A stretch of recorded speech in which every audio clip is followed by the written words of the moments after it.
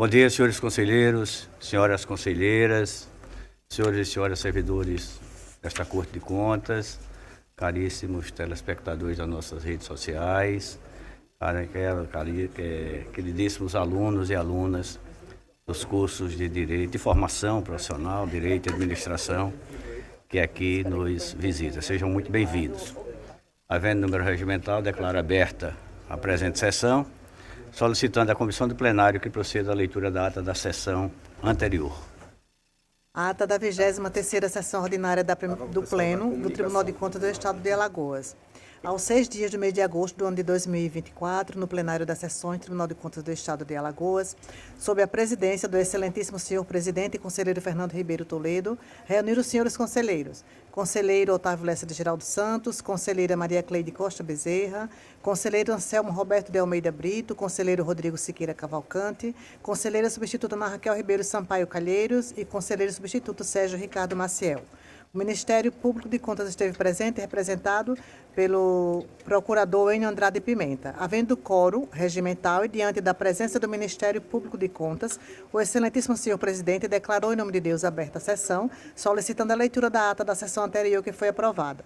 Nesse momento, a presidência comunicou o adiamento das pautas das conselheiras Rosa Maria Ribeiro de Albuquerque e Renata Calheiros. Na hora do expediente, não houve quem quisesse fazer uso da palavra, passou-se para a ordem do dia. Relator o conselheiro Otávio Lessa de Geraldo Santos. TC 7970-2023, prestação de contas de governo municipal, aprovado parecer prévio. Relatora conselheira Maria Cleide Costa Bezerra, TC 9552-2024, prestação de contas de governo municipal, retirado de pauta. Relator conselheiro Anselmo Roberto de Almeida Brito, TC 13063-2019, TC 2634-2024, ambos que tratam de denúncia e representação, aprovados acórdãos números 125 e 126. Relator conselheiro Rodrigo Siqueira Cavalcante, TC 8597-2023, prestação de contas de governo municipal, adiado para a próxima sessão. Encerrada a ordem do dia, na hora das explicações pessoais, fizeram uso da palavra o conselheiro Anselmo Roberto de Almeida Brito, a conselheira Maria Cleide e a presidência. Por fim, o excelentíssimo senhor presidente encerrou a sessão, convocando a todos para a próxima no horário regimental. Em discussão, a presente ata. Não havendo contestação nem impugnação, considero-a aprovada. Antes de passar a palavra para Vossa Excelência, gostaria de fazer de forma específica o registro que recebemos hoje aqui, os alunos de Direito e Contabilidade e Administração da Faculdade Estácio. Sejam muito bem-vindos os alunos que participarão do programa da Escola de Contas, programa virtuoso do programa Jovem Conselheiros. Agradecemos à coordenadora do Núcleo de Práticas Jurídicas da Estácio, senhora Emily Vieira Teixeira, e o coordenador do curso de Contabilidade, senhor Lucas Moura Nutli.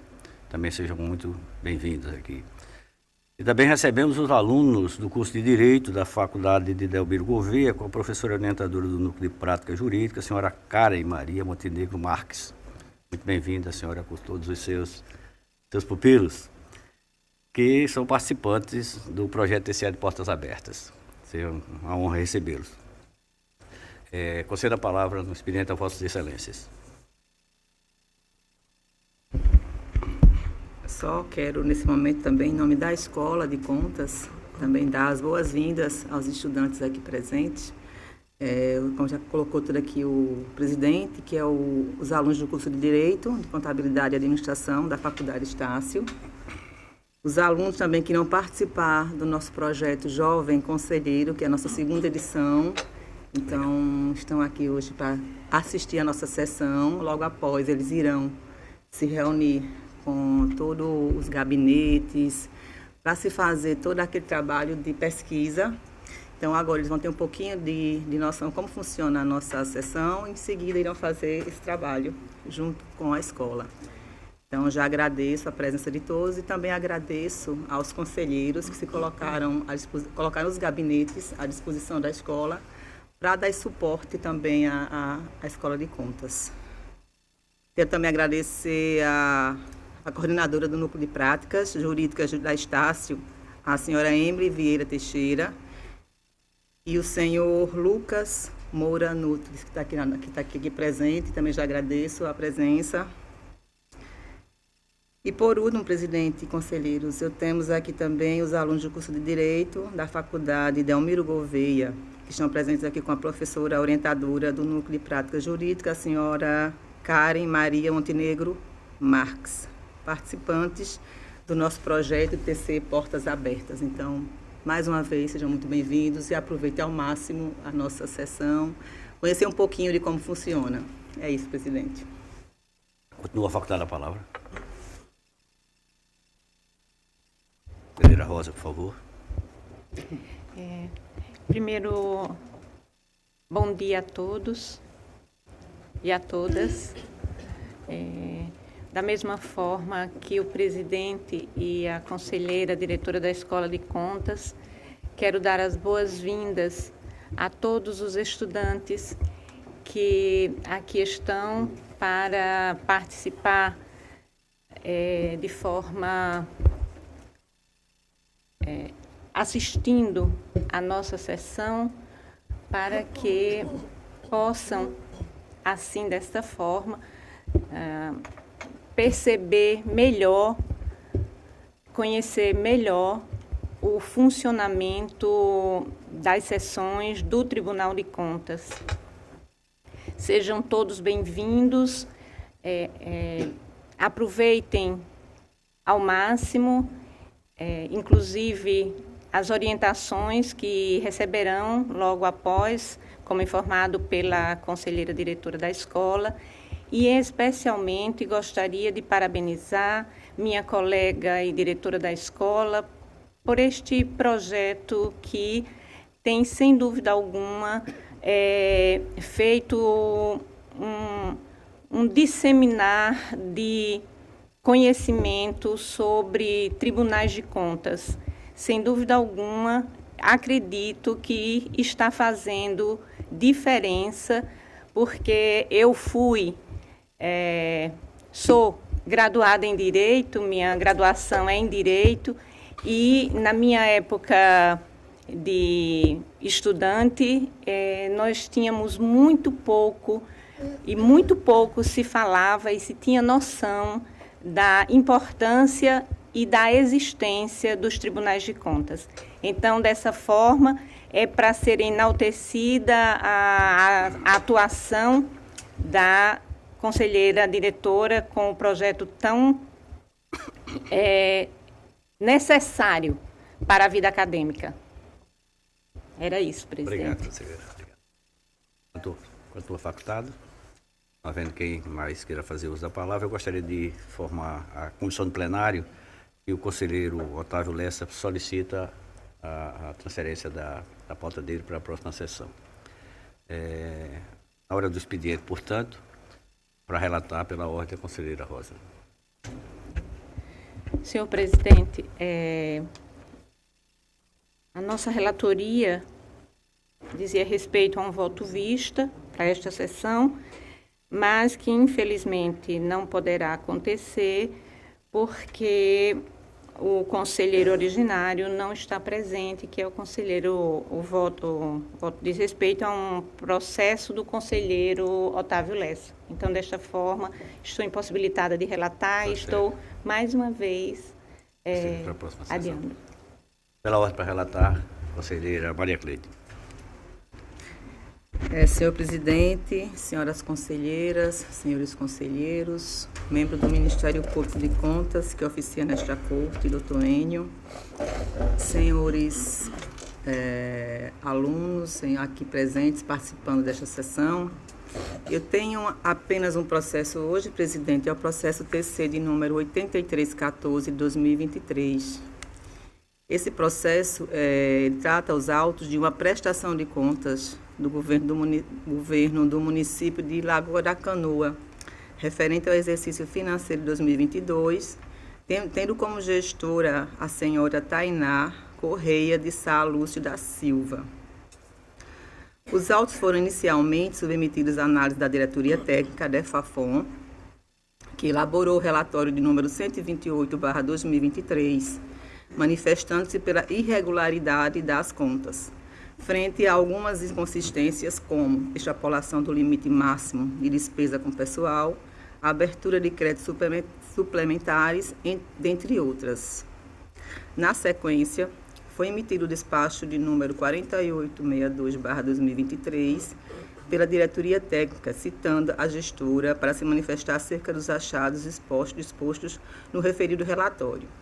Em resposta, a gestora se manifestou através do ofício de número 812/2024, prestando esclarecimentos, justificativas e documentos. Diante disso, os autos foram reanalisados pela diretoria técnica, que, através do relatório de número 48/2024, manifestou-se pela aprovação das contas com ressalvas, visto que foram sanadas as principais inconsistências apontadas no primeiro relatório, apesar de algumas persistirem, tais como descumprimento quanto a alguns pontos de controle estabelecidos na Instrução Normativa 3 de 2011, não encaminhamento dos demonstrativos das receitas de impostos e das despesas próprias com saúde, dentre outras.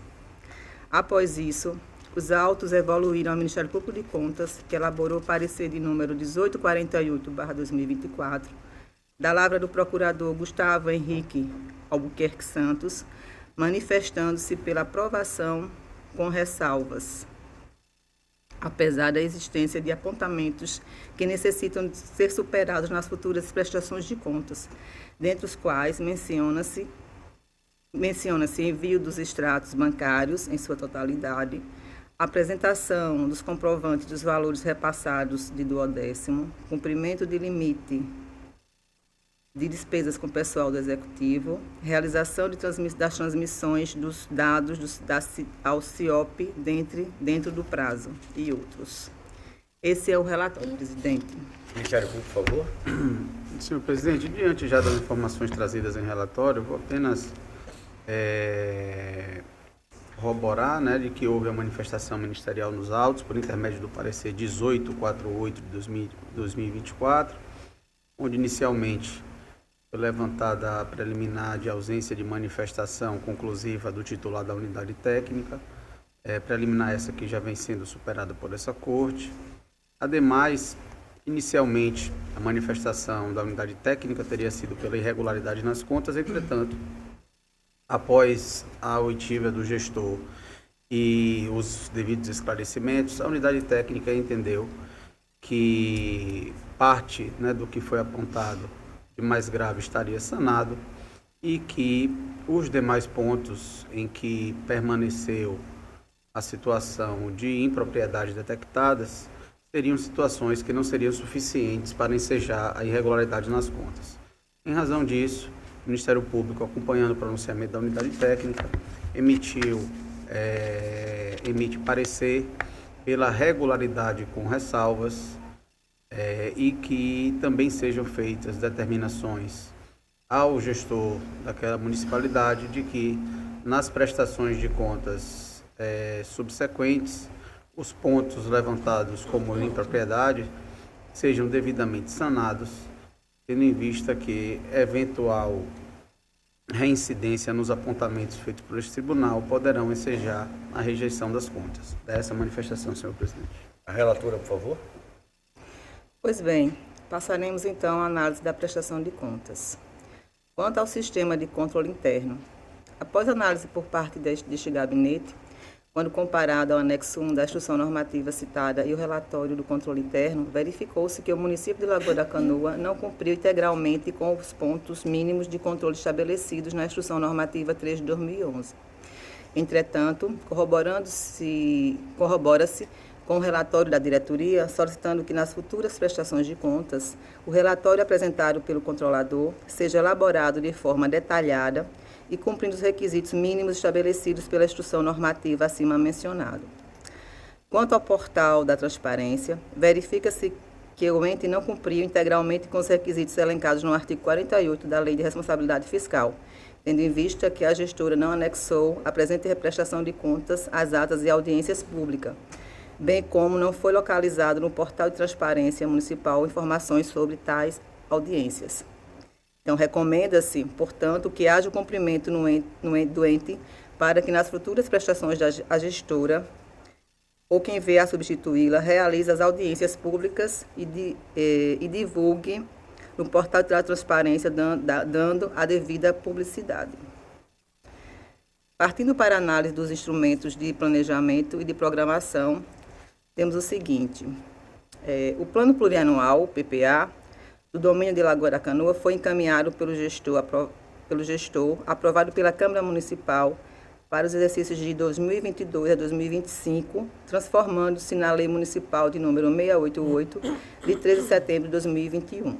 Além disso, o gestor encaminhou a cópia da Lei de Diretrizes Orçamentárias, a LDO, para o exercício de 2022, sendo aprovado pelo Poder Legislativo Municipal, transformando-se em Lei Municipal de número 681, de 9 de julho de 2021.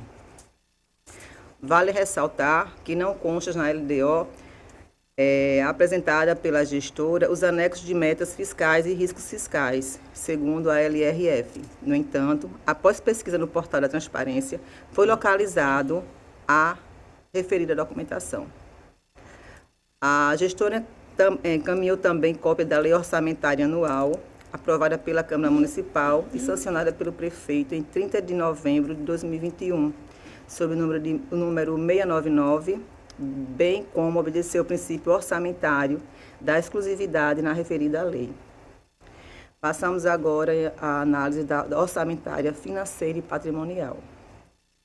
Na análise do balanço orçamentário, foi constatado que o município de Lagoa da Canoa executou receitas e despesas, respectivamente, na ordem de R$ 99.983.041 e R$ 109.305.148, respectivamente, acarretando no resultado orçamentário deficitário de R$ 9.322.106. Quanto à execução da receita em 2022, a receita arrecadada no ente foi de R$ 99.983.041. No confronto com a previsão atualizada, que foi de R$ 69.436.767, obtendo assim um excesso de arrecadação no valor de R$ 30.546.274, que equivale a 43,99% do valor previsto atualizado.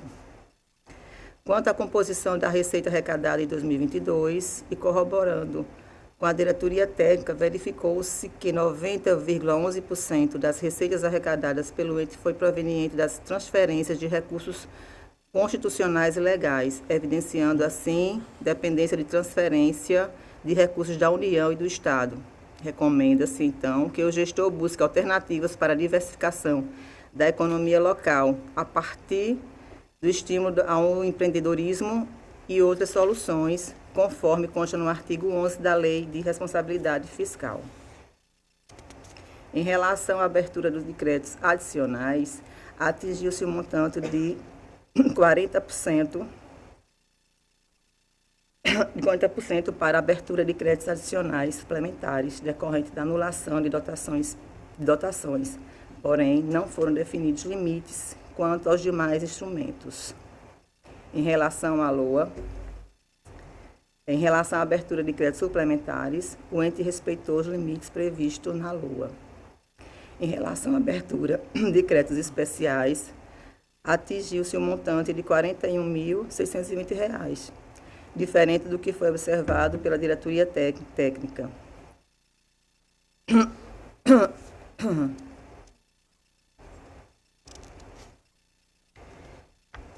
Deixa-me ver aqui, para pular um pouquinho isso aqui.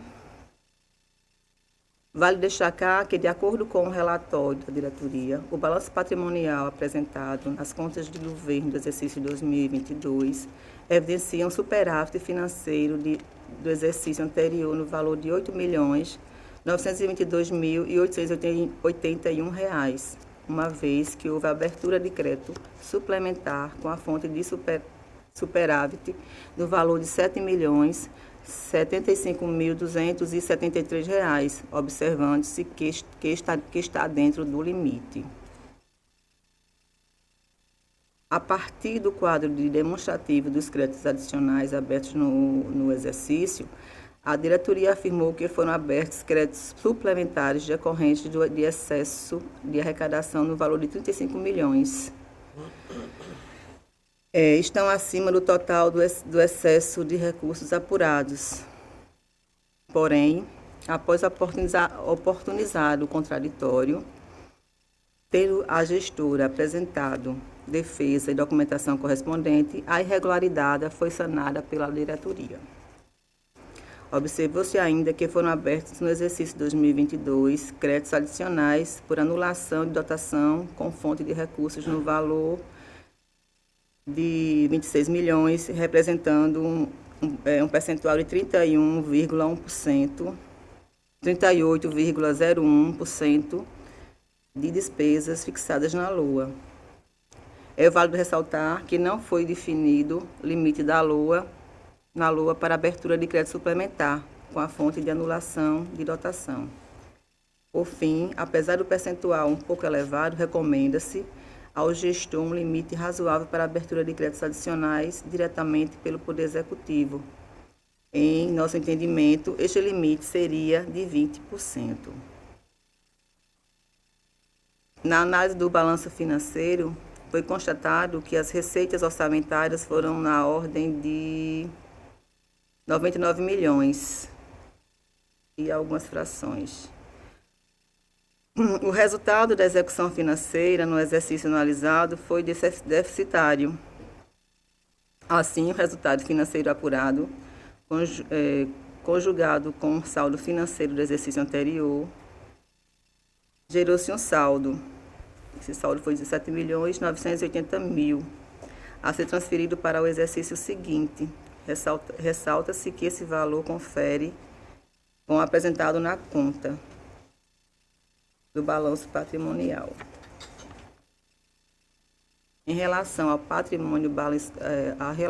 balanço patrimonial, são utilizadas na análise as contas do ativo e o passivo circulante, o que permite evidenciar a liquidez do patrimônio e prevenir insuficiências de caixa futuramente.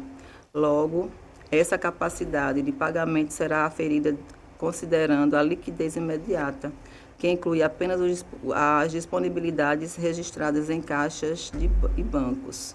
A liquidez corrente, que inclui todos os recursos realizáveis nos 12 meses seguintes à data da demonstração das demonstrações contábeis, e a liquidez geral, que demonstra se a entidade tem condições de arcar com as suas obrigações financeiras a longo prazo. O índice de liquidez imediata para o exercício de 2022 evidenciou que para cada R$1 de dívida de curto prazo, a entidade dispõe de R$ 3,60 para pagamento imediato. Logo, o ente possui disponibilidade financeira para pagamento imediato em relação às suas dívidas de curto prazo. O índice de liquidez corrente para o exercício 2022 demonstra que para cada R$1 da dívida de curto prazo, a entidade dispõe de R$ 4,05 para pagamento dos seus compromissos financeiros de curto prazo. Cabe destacar entre o montante de 183 milhões 553.140 reais, somado passivo circulante com passivo não circulante. O valor de R$ 168.295.383 reais, correspondente às provisões previdenciárias de longo prazo. No que se refere à caixa e equivalentes de caixa, foram analisados em extratos bancários enviados e o quadro resumo de contas bancárias com os seus respectivos saldos, que totalizaram um saldo de 17 milhões.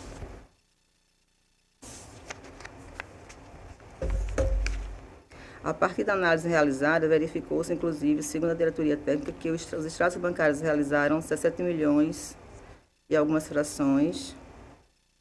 No entanto, uma vez que o valor representado apenas 0,63% do total da conta de caixa, a diretoria informou que não seria necessária a apresentação dos extratos não enviados. Assim, recomenda-se, então, que o gestor, nas prestações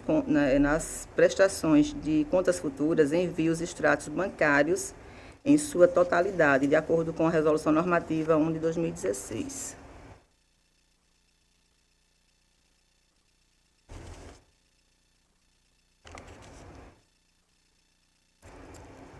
Passamos agora à análise do cumprimento dos limites constitucionais com a educação, Fundeb, saúde, duodécimo e dívida consolidada.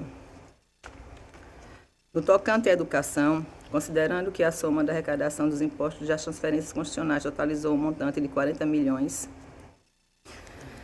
e frações, manutenção e desenvolvimento do ensino, o município gastou o que corresponde a 45,49%, portanto, cumpriu o limite mínimo determinado pela Constituição, que é de 25%.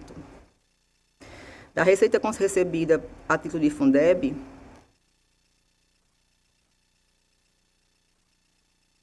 o município destinou um total de R$ 29.058.631, com pagamento de profissionais do magistério da educação básica, em efetivo exercício à rede pública, equivalente a 79,38% da receita recebida, cumprindo, pois, o limite constitucionalmente estabelecido nos termos do artigo 212-A da Constituição, acumulada com o artigo 226 da Lei de número 14.103 de 2020. Agora vamos para a saúde. No que se refere à saúde, em que pese a diretoria técnica de ser observado o cumprimento do limite, após a análise deste gabinete, a equipe técnica encontrou divergência neste ponto. Vale destacar que, para fins de apuração do limite mínimo com a saúde, a diretoria técnica considerou os gastos com a Secretaria de Saúde, no valor de 853 mil e algumas frações. Já os montantes relativos a convênio com saúde não foram deduzidos das despesas efetivadas. Quanto aos gastos efetivados pela Secretaria de Saúde, passa a ser nosso entendimento que tais gastos, já supracitados, Secretaria não devem ser considerados para efeitos de apuração do limite. Mas, nesse caso, nós consideramos os gastos com Secretaria. De tal forma, ao considerar com deduções valores de convênio com saúde e, em especial, ao desconsiderar os gastos com a Secretaria de Saúde, apuramos a aplicação de 14,85%. Apesar do descumprimento, entendemos que o princípio da razoabilidade deve ser aplicado, haja vista que, se considerado o valor total, verificamos que apenas 0,15% do valor exigido não for aplicado.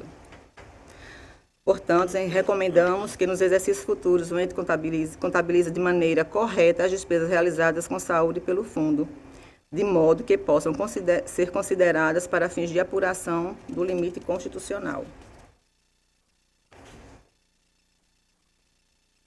No que tange ao repasse do duodécimo para a Câmara Municipal, corroboramos com a informação prestada pela diretoria técnica de que o município em tela repassou o montante de 2 milhões, um percentual de 7% da receita efetivada arrecadada. Logo, o gestor cumpriu o limite constitucional, bem como cumpriu com prazo para o envio do repasse ao Poder Legislativo. No que se refere à dívida consolidada, após análise, ratificamos os achados da diretoria técnica, em que a dívida consolidada líquida apurada alcançou o montante de negativo de 3,29% em relação à receita corrente líquida. Portanto, o valor em questão está conforme os requisitos, uma vez que o limite estabelecido é de 120% da RCL. Vale frisar que o percentual negativo da dívida consolidada líquida sobre a receita corrente líquida significa que a disponibilidade de caixa consegue cobrir a dívida consolidada com a sobra dos recursos. Partindo da análise dos limites legais com relação às despesas de pessoal, Sabemos que a Lei de Responsabilidade Fiscal traz limitação onde a esfera municipal não se pode ultrapassar 6% com o Poder Legislativo e 54% com o Poder Executivo. De início, a diretoria técnica apurou que a despesa total com o pessoal do Poder Executivo é equivalente a 56%, 56,34% da receita corrente líquida ajustada, portanto, descumprindo o limite máximo fixado no artigo 20, inciso 3º da linha P da Lei de Responsabilidade Fiscal. Por outro lado, a despesa total com o pessoal do Poder Legislativo foi um percentual de 1,92% sobre a RCL, não ultrapassando o limite máximo de 6%. Entretanto, após análise deste gabinete, em divergência com o apurado pela diretoria, verificou-se que o total de despesa com o pessoal do Executivo foi equivalente a 69,73%, descumprindo o limite máximo fixado no artigo 20, inciso 3º, a linha B da Lei de Responsabilidade Fiscal. O total da despesa com o pessoal do Poder Executivo foi equivalente a 1,27%, cumprindo o disposto no artigo 20, inciso 3º, a linha A, isso para a citada lei. Em relação à apuração total do gasto com o pessoal, o município, em tela, ultrapassou o limite de 60%, conforme estabelecido no artigo 19, inciso 3º da Lei de Responsabilidade Fiscal. Apesar de ultrapassar o limite constitucional para a despesa com o pessoal, o Poder Executivo, cabe ressaltar que, durante o exercício de 2022, o gestor estava resguardado pelas disposições do artigo 65 da Lei de Responsabilidade da LRF, em virtude do estado de calamidade pública em decorrência da pandemia do Covid. Logo, as restrições previstas no artigo 23 da LRF ficaram suspensas em conformidade com o regime excepcional estabelecido, o que justifica a ausência de recomendações e sanções automáticas pelo descumprimento do referido limite. No que tange às metas de prioridades para a administração pública, realizando uma análise comparativa entre as metas fiscais previstas e o resultado da execução orçamentária, verificou-se que o ente apresentou valores negativos para os resultados primário e nominal, respectivamente. Esses resultados demonstram a necessidade de esforços do ente para adotar medidas que otimizem os gastos públicos nos futuros exercícios.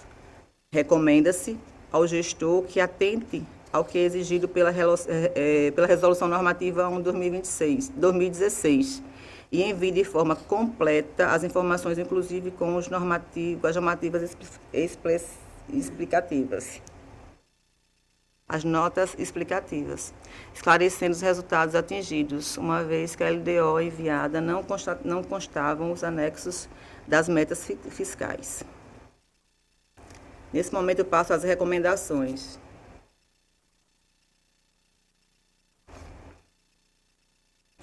Considerando as situações evidenciadas e a competência pedagógica do Tribunal de Contas,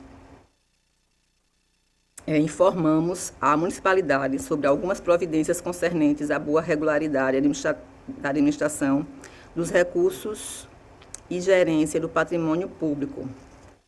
Então, recomenda-se, primeiro, obedecer às exigências estabelecidas no anexo 1 da Resolução Normativa 1/2016, quanto ao envio da LDO com seus devidos anexos, os extratos bancários em sua totalidade. Também recomenda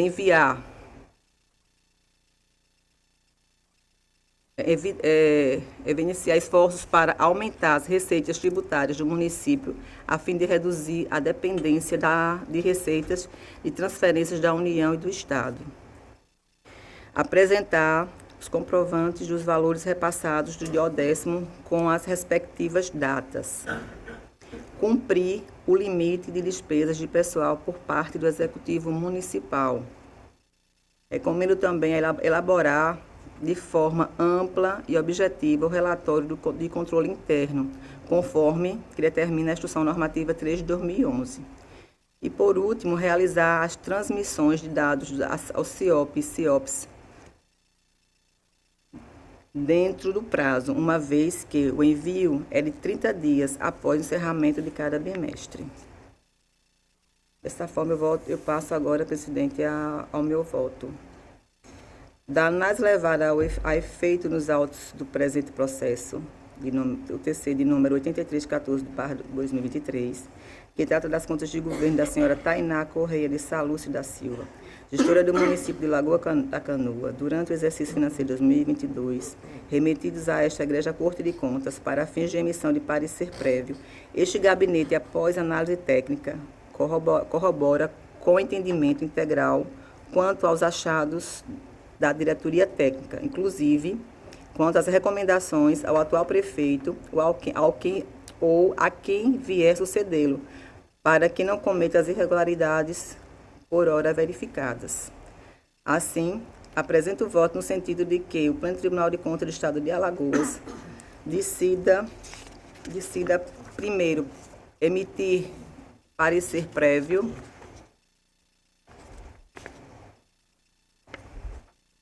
nas contas de governo da senhora Tainá Correia, gestora do município de Lagoa da Canoa, no exercício financeiro de 2022, recomendando ao Legislativo Municipal, quando do seu julgamento, que este seja pela aprovação com ressalvas apresentadas neste relatório.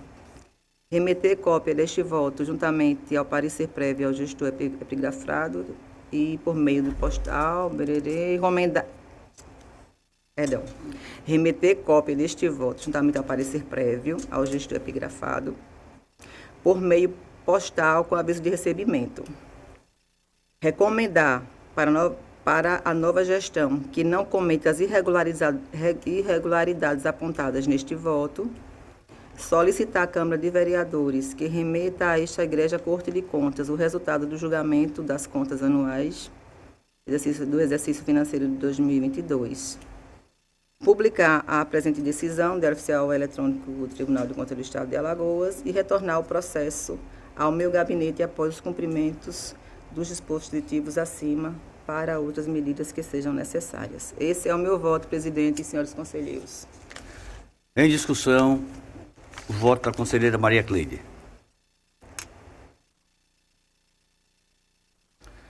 Encerro a discussão e submeto à votação. Os conselheiros e conselheiras estiverem de acordo, permaneçam como estão.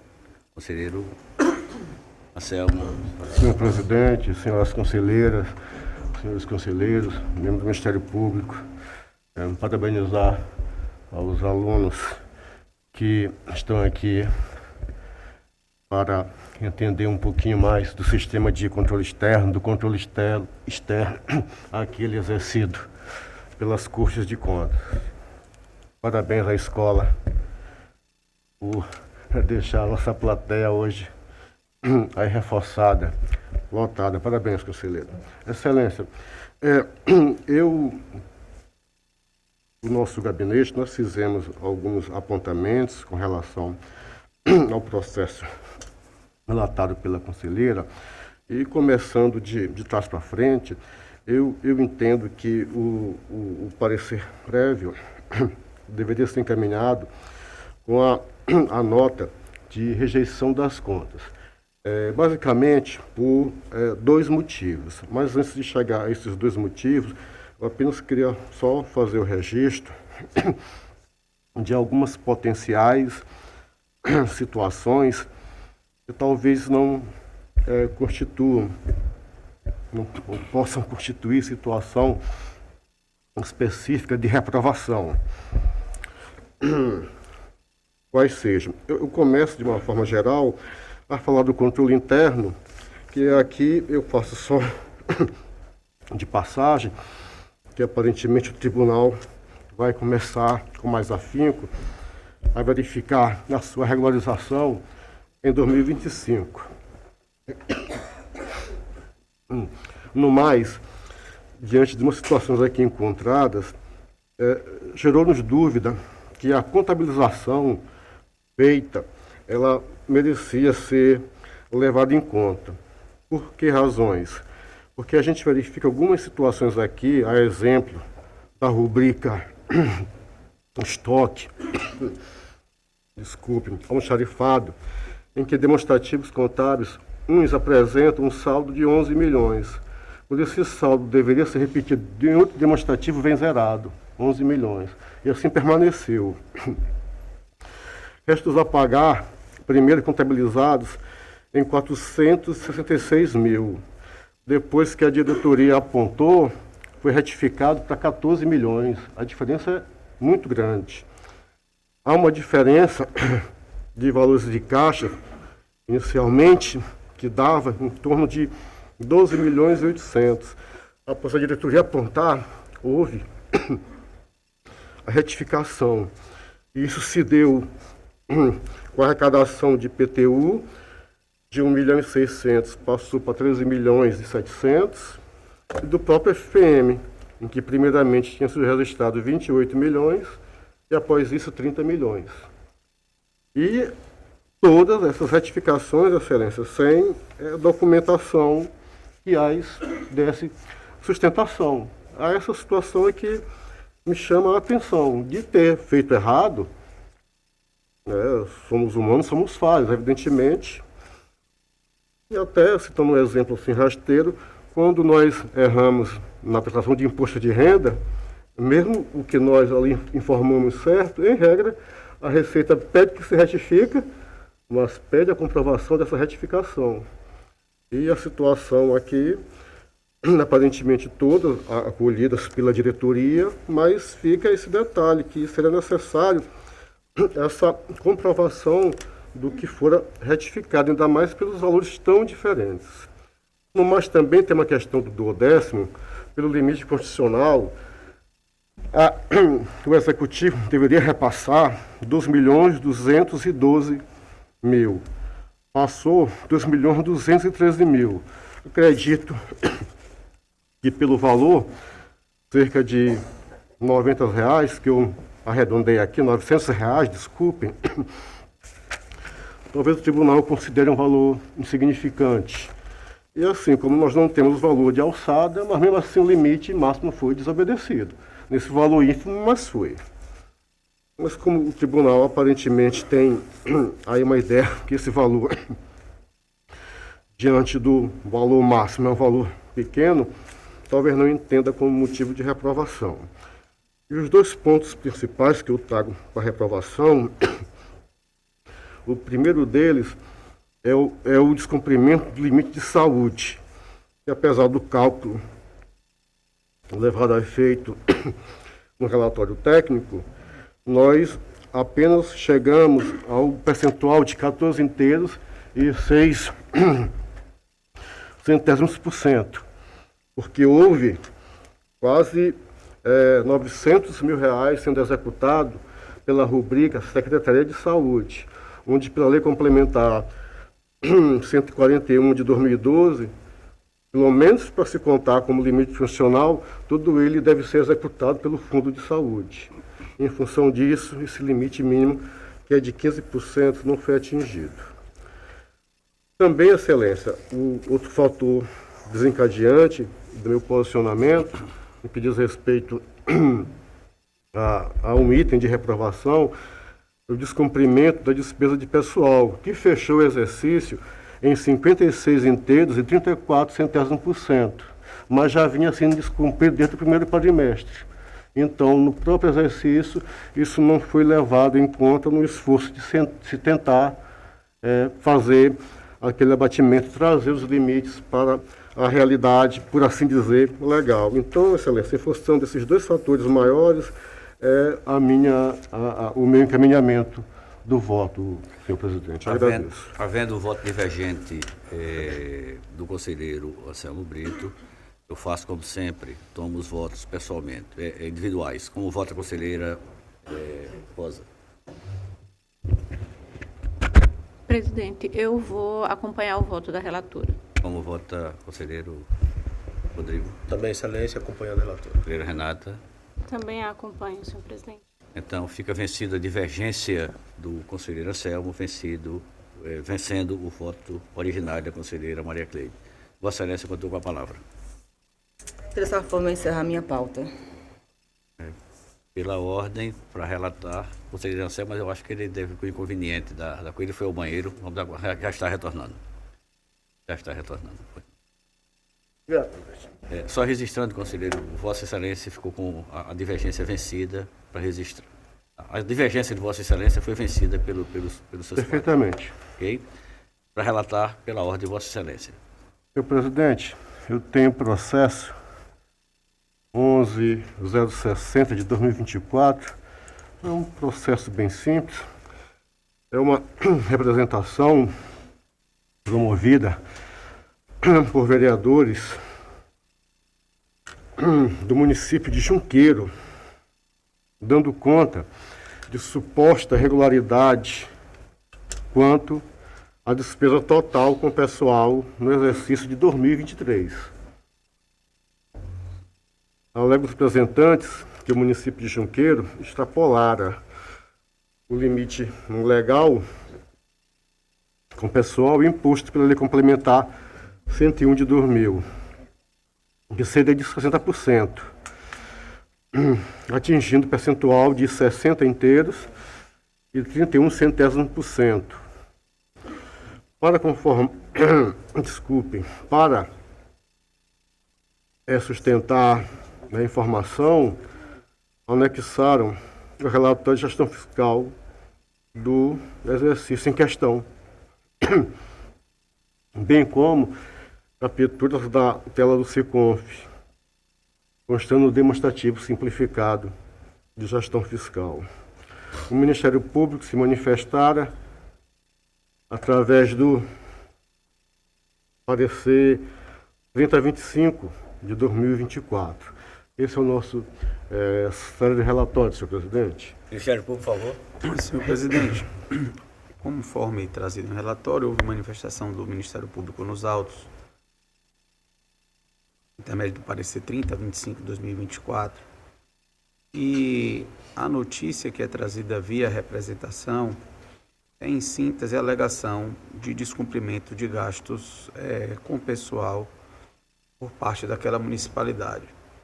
Ocorre que esse ponto específico, limite de gasto de pessoal, já é um dos pontos de controle da prestação de contas municipal, que já é avaliado anualmente por este Tribunal de Contas no bojo da prestação de contas, e que, portanto, o entendimento é que as representações elas devem ter uma análise também de materialidade, relevância e seletividade para o seu prosseguimento.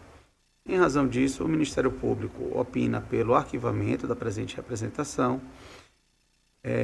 Entretanto, pede que seja dado ciência dessa situação ao controle interno municipal para que eventualmente tome as providências de correção, caso o fato trazido seja um fato que seja avaliado e comprovado por parte daquela municipalidade, bem como que sejam remetidos os autos da presente representação à diretoria técnica responsável, qual seja a DEFAFON, para que, em eventual verificação de descumprimento, sejam tomadas as devidas providências, inclusive a emissão de alertas, nos termos do que preconiza a Lei de Responsabilidade Fiscal, com a complementação da Lei Complementar 171 de 2021.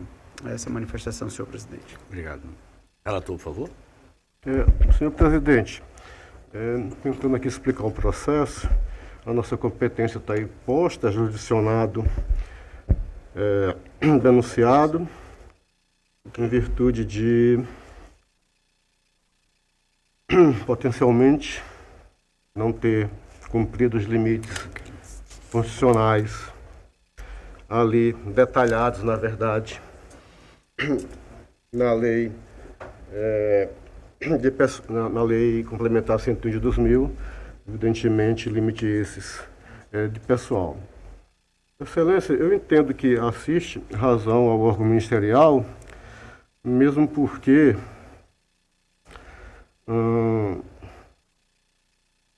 através do ato 104 de 2023, já há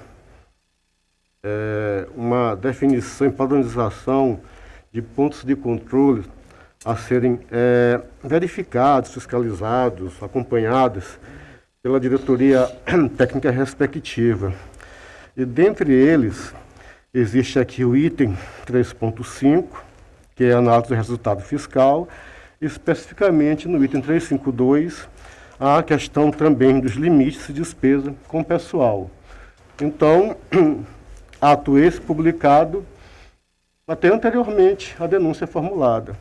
Então, somente por isso não existiria razão de ser que se desse prosseguimento a essa representação, portanto, não tendo sustentáculo para ir adiante, não se acolhendo. No mais, quanto às sugestões ministeriais, apesar de não ser contemporâneo, mas acredito que contemporâneo do fato alegado em 2023, mas que vem a calhar, principalmente se a situação ainda estiver em andamento, e cujo tratamento deve ser dado através da Resolução Normativa número 5 de 2024, que cuida da emissão de alertas do tribunal. E isso aqui é apenas uma informação que dá satélite ao cerne da representação. E assim, excelência, eu trago meu voto no sentido que não se conheça,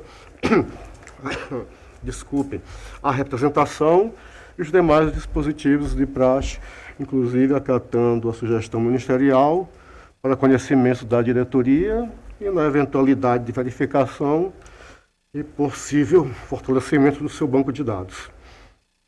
Em discussão, voto apresentado pelo conselheiro Anselmo. Encerro a discussão, submeto à votação. Os que estiverem de acordo, permaneçam como estão. Aprovado, conselheiro, Vossa Excelência, contou com a palavra. Excelência, minha pauta de hoje foi muito magrinha, está encerrada. Obrigado. Obrigado, conselheiro. Pela ordem para relatar, o conselheiro Rodrigo. Senhor presidente, senhoras conselheiras, senhores conselheiros, senhor membro do Ministério Público. Presidente, eu trago para relatar o processo TC 8597/2023.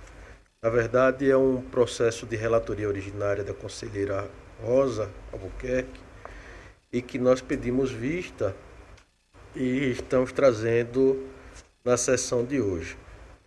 Tanto, senhor presidente, trata-se de prestação de contas de governo, o senhor Jorge Clemente Vieira, que atuou na qualidade de gestor do município de São Miguel dos Campos, referente ao exercício financeiro 2022, cuja documentação nos foi encaminhada em 29 de abril do mesmo ano, por meio do ofício de número 139/2023.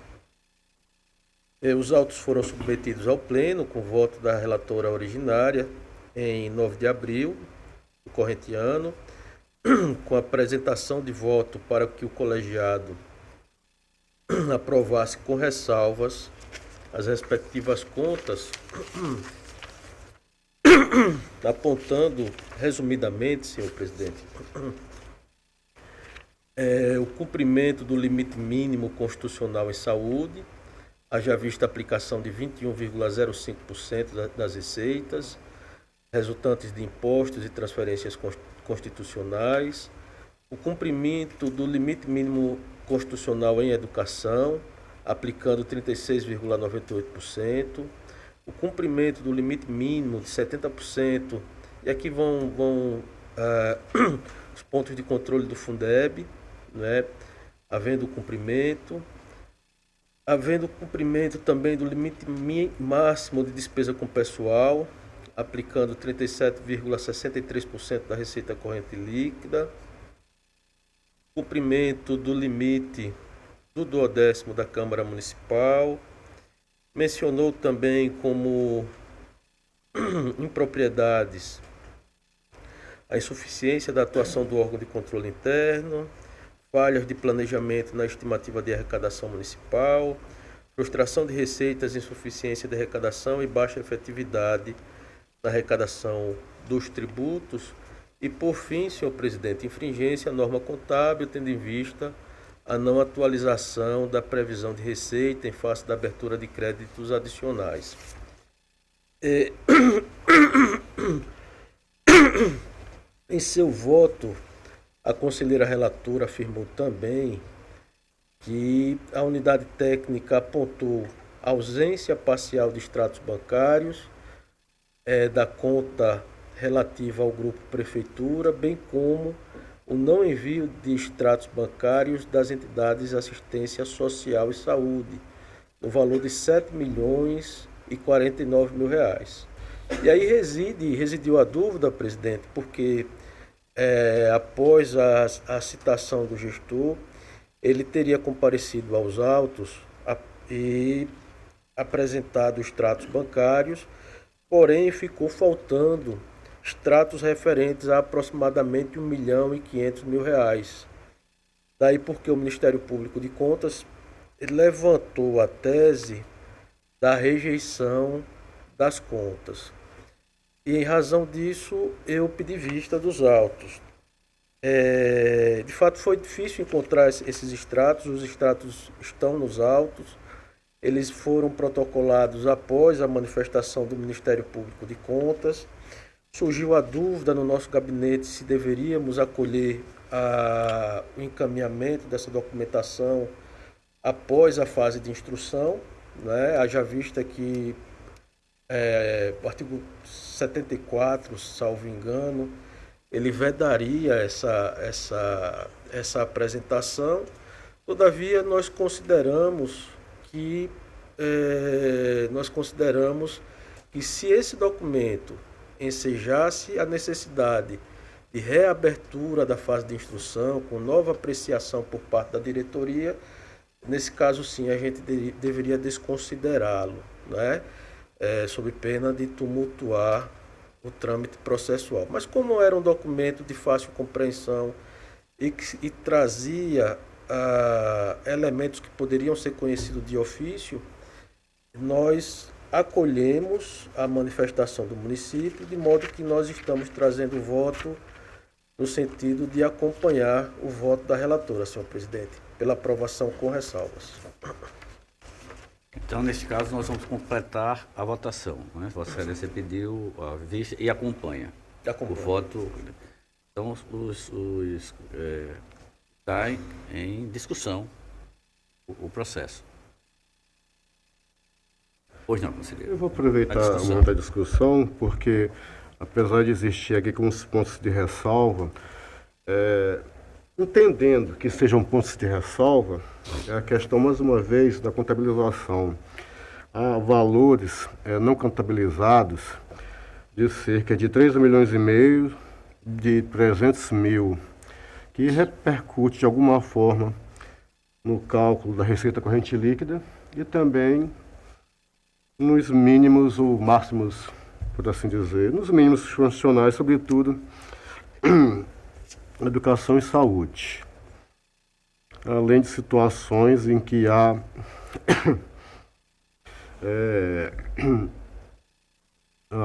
boa parte da documentação encaminhada é apócrifa, né? não vem assinada. A questão do controle interno também está presente, mas o tribunal já tem um entendimento e informação. E, especificamente, aí, considero a relatora pedindo venha ao entendimento de Vossa Excelência, embora eu seja vencido sempre nesse aspecto, ainda mais pelo motivo. Fazendo a verificação dos limites de educação para o MDE, a diretoria apontou o cumprimento de 36,98. Fazendo os cálculos e aqui fazendo aquela desconsideração, tirando o que foi gasto na manutenção das ações da Secretaria de Educação, subfunção 12361, no valor de 15 milhões, eu ainda entendo que não é possível verificarmos o que de fato dali foi para a atividade finalística, para poder comprar o limite de aplicação no MDE. Nós encontramos um percentual de 24 inteiros e 50 centésimos por cento. Então, esse seria o nosso ponto de diferença do entendimento da relatora. Em função disso, meu voto será no encaminhamento da rejeição, em função do não cumprimento do limite mínimo constitucional em educação, senhor presidente. Basicamente isso, agradeço. Como vota a conselheira Maria Cleide? Acompanho a voto originária da conselheira Rosa. Como vota a conselheira Renata? Acompanho a relatora, senhor presidente. Fica vencida, então, a divergência do conselheiro Anselmo Brito, vencido o voto originário da conselheira, vencendo o voto originário da conselheira Rosa. Vossa Excelência, continua com a palavra. Senhor presidente, minha pauta era só essa, fica esgotada. Pela ordem para relatar, a conselheira Renata. Senhor presidente, senhoras e senhores conselheiros, membro do Ministério Público, ao público aqui presente e ao público aqui presente. Eu tenho 5 processos, senhor presidente, pautados. Eu gostaria de retirar 2 para uma revisão final, que são o TC 7863-2023 e o 8239-2023. Existe, então, na comissão de plenário a retirada desses 2 processos. Eu irei relatar inicialmente 2 processos de representação, que é o TC 14.510-2021 e o TC 14.514 também 2021, que foram autuados perante essa Corte de Contas pelo Ministério da Fazenda em razão de suposta ausência de comprovação de quitação de parcelas ou de pagamento de valor inferior nos termos do acordo de parcelamento de débito previdenciário cadastrado no CadPrev Web, ou pela suposta ausência de migração dos termos de acordo de parcelamentos antigos do CadPrev Intra para o CadPrev Web pelas prefeituras municipais de Paulo Jacinto entre 2013 e 2021 e Palmeira dos Índios no período de 2014 a 2019. A representação administrativa do Ministério da Fazenda comunica que o não envio das informações caracteriza irregularidade administrativa previdenciária, situação que implica no imediato registro no sistema de informações dos regimes próprios de previdência e serviço público, resultando na não emissão do certificado de regularidade previdenciária, o que impede que o município realize operações de transferências voluntárias de recursos da União. As representações foram protocoladas em 2021. A presidência do TCE concedeu juízo positivo de admissibilidade e o Ministério Público de Contas exarou os pareceres 2800-2021 e 2907-2021 da lavra do procurador Rafael Rodrigues de Alcântara, que opinou pelo juízo positivo de admissibilidade e pelo recebimento e processamento das representações, citação dos gestores e remessa à diretoria técnica competente. Menciono também que o conselheiro substituto Alberto Pires Alves de Abreu, em sessão da 2ª Câmara dessa Corte de Contas, prolatou o acórdão 2.140 no processo TC 14.510-2021 e o número 2.141 no processo 14.514-2021, ambos publicados no dia 23 de abril de 2022, com entendimento pelo conhecimento da representação, citação do gestor e dos ex-gestores responsáveis. Após a publicação dos acórdãos, foram expedidos os ofícios aos gestores para que apresentassem defesas e, posteriormente, os processos retornaram a este gabinete em 2022. É o relatório, senhor presidente. Ministério Público, por favor. Senhor presidente, conforme já trazido em relatório, em ambos os processos, o Ministério Público entendeu estarem presentes os requisitos positivos de admissibilidade, pugnando pelo prosseguimento do feito com a devida oitiva dos gestores e pela instrução processual por parte da diretoria técnica, que após a instrução os autos fossem remetidos ao Ministério Público para sua manifestação final de mérito, senhor presidente. Relatora, por favor. Primeiramente, senhor presidente, senhores conselheiros, senhoras conselheiras, o Tribunal de Contas possui uma larga demanda de representações de teor similar. E nós trazemos aqui o precedente do acordo número 35/2024 do conselheiro Rodrigo Siqueira, que foi aprovado na sessão do dia 26 de março de 2024, com decisão para arquivamento dos autos e juntada das informações nas prestações de contas de governo e de gestão dos atuais prefeitos e dos atuais gestores dos institutos de previdências municipais. Seguindo esse entendimento, as representações administrativas do Ministério da Fazenda devem ser juntadas prestações e podendo ser rejeitadas ou não, levando-se em conta o prejuízo e o desequilíbrio financeiro que as sanções institucionais possam ter causado aos municípios, para então responsabilização de gestores. Diante do exposto, e considerando que o processo seguiu todo o trâmite estabelecido, trago meu voto no sentido de não admitir as presentes representações na forma dos artigos 102 seguintes da Lei Orgânica deste Tribunal, determinar as juntadas das representações administrativas realizadas pelo Ministério da Fazenda e seus documentos instrutórios nos autos das respectivas prestações de conta de governo e de gestão, tanto do prefeito quanto dos gestores dos institutos previdenciários municipais, remeter os autos à DEFAFON para providências de sua alçada em relação à determinação do item anterior, cientificar os interessados e alertar ao atual prefeito e gestor do Instituto Previdenciário quanto à necessidade de correção imediata das falhas, sob pena de responsabilização perante essa Corte de Contas. Determinar o arquivamento dos autos e publicar a presente decisão. Como voto, senhor presidente? Em discussão, o voto trazido pela conselheira Renata. Presidente, os processos que estão sendo relatados são todos os três? Não, são só dois. São dois Gentileza. processos. Desculpa. É o 14.510 e o 14.514, 2020.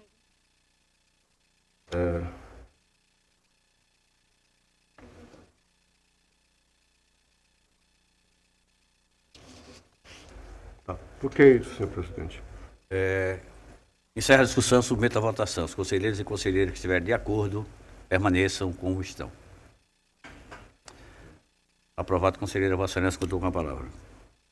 E, por fim, eu trago o processo 14.247/2014, que trata também de uma representação autuada perante essa Corte de Contas pelo Ministério Público de Contas, no dia 22 de outubro de 2014, que informou sobre o teor de denúncia realizada pela concessionária Eletrobras Distribuição Alagoas em razão de inadimplência de faturas de energia que resultaram em encargos de juros e moras em face da Prefeitura Municipal de Porto Calvo no ano de 2012. A referida representação, da lavra da procuradora Estela Mero Cavalcante, opinou pelo juízo positivo de admissibilidade, submissão ao pleno e encaminhamento dos autos aos órgãos de controle. O relator, à época, conselheiro Cícero Amélio, por meio da decisão simples, determinou a cientificação do gestor municipal, senhor Ormindo de Mendonça Uchoa, para que realizasse defesa no prazo de 15 dias. O ex-gestor apresentou a justificativa e informou sobre os parcelamentos de débitos relativos ao ano 2012, conforme o termo número 1386/2014, assinado em 20 de janeiro de 2014. A presidência dessa Corte de Contas concedeu o juízo positivo de admissibilidade em 22 de 5 de 2018 e na sessão do Pleno de 12 de julho de 2018 foi prolatado o acórdão 1318 de 2018, o conselheiro substituto Sérgio Ricardo Maciel, que decidiu pelo conhecimento da representação, sobrestamento do feito e cientificação do gestor. Após a publicação do acórdão, os autos foram encaminhados à coordenação dos trabalhos do plenário para providências cabíveis e notificação do interessado e sobrestamento do feito. O processo retornou a este gabinete em 24 de abril de 2019 e restou sem movimentação até a presente data. É o relatório, senhor presidente. Ministério Público, por favor. Senhor presidente, a última manifestação ministerial nos autos, ela foi um pedido de prosseguimento da apuração na unidade técnica, tendo em vista os termos de parcelamento que foram celebrados entre a municipalidade e a empresa, então, Eletrobras. Registre que essa última manifestação foi de novembro de 2015, né? Então, aí já há quase 10 anos e não houve novas tramitações desse processo para o Ministério Público. Acredito que, diante do prazo transcorrido, o encaminhamento deve ser no sentido do arquivamento do feito, pelo reconhecimento ex officio da prescrição. Também lembrando que existe uma demanda da atual concessionária de energia elétrica Equatorial, no sentido de buscar uma resolução consensual, né, de débitos que diversos municípios alagoanos têm com aquela empresa, salvo engano, já há algum encaminhamento no sentido da formalização de um termo de ajustamento de gestão com eventual perdão de multas e juros e parcelamento dos débitos principais. Eu acredito que esse processo em breve deve ter seguimento, mas para o processo ora em curso não resta outra alternativa senão o encaminhamento no sentido do reconhecimento da prescrição intercorrente e o arquivamento do feito. Relatora, por favor. Conforme manifestação do Ministério Público, o processo realmente ficou sem movimentação por período superior a 6 anos e já ingressou nessa Corte de Contas há mais de 9 anos. Desta forma, voto no sentido, em fundamento na súmula 1/2019 do TCE, por analogia à Lei Federal número 9.873, de 99, e nos artigos 1º, 2º, 4º, 8º e 11 da Resolução 14/2022, no sentido de receber a representação e conhecer do seu inteiro teor, na forma do artigo 102 seguintes da Lei Orgânica, e reconhecer a incidência da prescrição punitiva, conforme os regramentos legais, bem como a falta do interesse público diante do lapso temporal, cientificar os gestores, determinar o arquivamento dos autos e publicar a presente decisão no Diário Oficial. É como voto, senhor presidente. Em discussão, vota a conselheira Renata. Para discutir, conselheiro Selma. Senhor presidente, nesse processo, apesar dos outros também, a questão de ter acontecido acordos de parcelamentos e tratar de situações diferentes. Nesse especial, há um parcelamento que dá conta de um valor, parcelamento total de 6.120.000, dos quais mais de 2 milhões representaria acessórios, juros e correção monetária. Tendo em vista esse valor, senhor presidente, apesar do lapso temporal 2014, onde potencialmente pode ter um dano ao erário, a priori não se sabe se pode ser doloso ou não, ou advindo de algum ato de improbidade, mas assim, aqui tem um indício, que há juros e correção monetária de 2 milhões. E, nesse sentido, eu entendo que a representação deve ser recebida e dado prosseguimento, senhor presidente. Havendo voto de divergência do conselheiro Anselmo Brito, eu tomo os votos pessoais. Como vota a conselheira Rosa? Eu acompanho a relatora, presidente. Como vota a conselheira Maria Cleide? Com a relatora, presidente. Como vota o conselheiro? Também com a relatora. Como vota a conselheira Renata? Vossa Excelência fica vencida a divergência do conselheiro Anselmo Brito. Vossa Excelência continua com a palavra. Senhor presidente, eu encerro também a minha pauta. Pela ordem para relatar, conselheiro substituto, doutora Ana Raquel. Senhor presidente, não tenho pauta para a sessão de hoje. Para relatar, pela ordem, conselheiro substituto, doutor Sérgio. Sem processo para relatar, senhor presidente. Pela ordem para relatar, o conselheiro substituto, doutor Alberto. Sim, pauta para hoje, senhor presidente. Obrigado.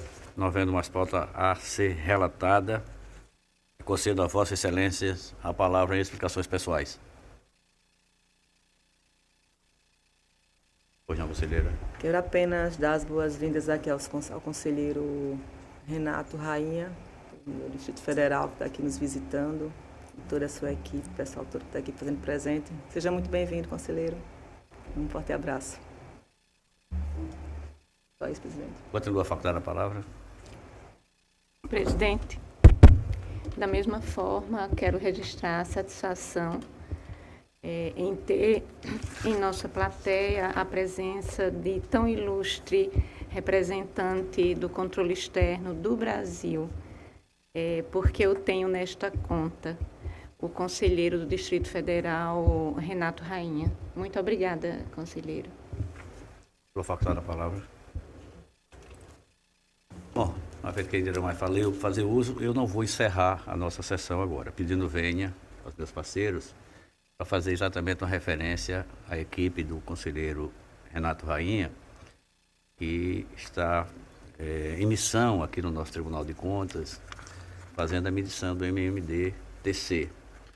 que não sabe disso aí, falando aqui, nossa plateia, os alunos, nós tratamos isso como, digamos, uma avaliação dos tribunais, naturalmente sem comparativo, apenas para verificarmos como nós estamos progredindo, quanto às eficiências. Ele tem um marco de sempre uma avaliação periódica para que vejamos, entendamos e acompanhemos a evolução de cada um dos tribunais. O conselheiro Rainha, Renato Rainha, é o coordenador dessa equipe que está fazendo essa avaliação no Tribunal de Contas de Alagoas. Me chega a informação de que o processo de avaliação foi concluído. Então, eu gostaria de que Vossas Excelências fossem testemunho de chamar o conselheiro Rainha com a sua equipe para que nós possamos receber o documento que foi elaborado pela comissão e, naturalmente, socializá-lo com todos os demais conselheiros e com a sociedade alagoana, que precisa conhecer as nossas métricas, as nossas metas e os nossos avanços. Conselheiro Rainha, por favor. Por favor.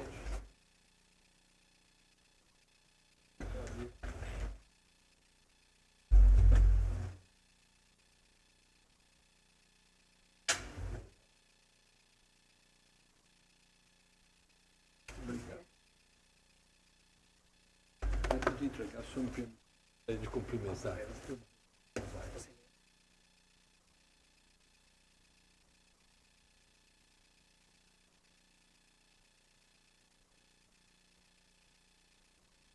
Vai fazer alguma consideração, né? Senta aqui. Senta aqui. Não, senta aqui. Aqui? Perfeito. Bom dia. Bom dia a todos. É um prazer muito grande estar aqui. Peço permissão para cumprimentar a todos na pessoa do nosso presidente, conselheiro Fernando Toledo. Cumprimento as conselheiras, os conselheiros, representantes do Ministério Público, conselheiras e conselheiros substitutos, a plateia aqui presente, a equipe que eu tenho a honra de pertencer. Ela é composta pela conselheira substituta Patrícia, que é do Tribunal de Contas do Mato Grosso do Sul, a auditora Paola, que é do Tribunal de Contas do Paraná, o Regis, que é do Tribunal de Contas de Rondônia, e o Genédio, que é do Tribunal de Contas do Distrito Federal. Também sou do Tribunal de Contas do Distrito Federal. Quero agradecer primeiramente ao senhor presidente, a todos os conselheiros, conselheiros substitutos, representantes do Ministério Público, a todos os servidores e terceirizados aqui do tribunal pela receptividade. Desde o primeiro momento que chegamos aqui, fomos tratados com deferência, com carinho, com amizade. Todo tipo de assessoramento e de apoio que nós precisamos foi nos dado até com excesso. Então, muito obrigado a todos os senhores e as senhoras por nos proporcionar e realizar a execução da comissão de garantia com todo o apoio que nós precisamos. E eu tenho a honra, então, em nome da equipe, de entregar ao senhor presidente o certificado de que o Tribunal de Contas do Estado de Alagoas participou do ciclo de 2024 do Marco de Medição e Desempenho da Atricom, que é um instrumento muito importante, como o presidente ressaltou, para conduzir os tribunais de contas de todo o país a sempre uma evolução. E o ideal é que a gente chegue no futuro em que o sistema de tribunais de contas a gente não encontre muita diferença de nível entre os tribunais. Os tribunais estejam praticamente no mesmo nível de qualidade, de estrutura, e a gente está vendo isso acontecer, isso evoluir desde 2013. Eu tive a honra de estar aqui com os senhores e as senhoras, eu e o Genédio, em 2017, e venho fazer novamente hoje, em 2024, e eu posso dar o testemunho aqui o quanto o Tribunal de Contas do Estado de Alagoas evoluiu. Eu, antes de vir para cá, fui conhecer as instalações da nova Escola de Contas, Corregedoria, Gabinete de Ministério Público e de Conselheiro Substituto, e fiquei maravilhado com a obra. Parabéns aos senhores e às senhoras, e em nome da Atricom, do nosso presidente Edilson, dos coordenadores, o Hanna, o Jales, e em especial dessa equipe maravilhosa que me acompanha, eu quero agradecer mais uma vez e parabenizar o Tribunal de Contas de Alagoas.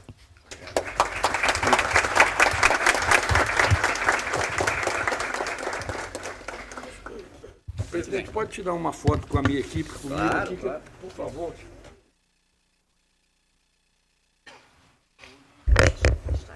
Conselheiros e conselheiras, por favor. Eu acho que se todo mundo conseguir sair na foto, eu acho que seria um documento importante para a Tricom. Isso. Fica aqui. Na lateral. Consegue pegar todo mundo? Não. Tá bom assim?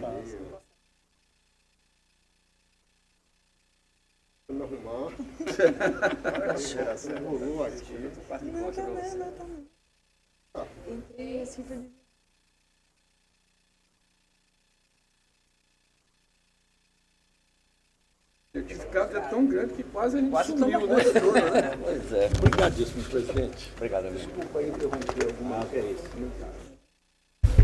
Bom, agora eu declaro encerrada a presente sessão, convocando os senhores conselheiros, as senhoras conselheiras do Ministério Público para a próxima sessão, em horário regimental, agradecendo a todos. Muito obrigado.